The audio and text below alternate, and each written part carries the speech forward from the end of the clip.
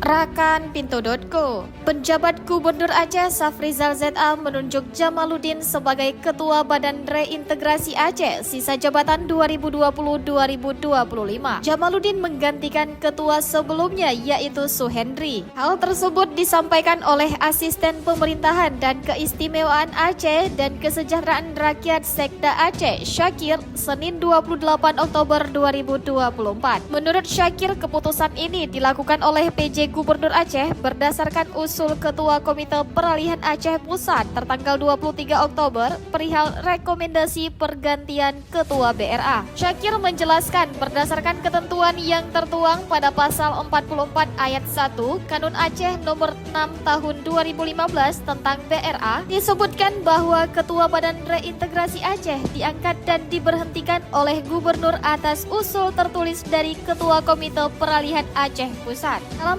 keputusan tersebut, PJ Gubernur Aceh menyampaikan terima kasih atas jasa dan karya selama Suhendri bertugas sebagai Kepala BRA.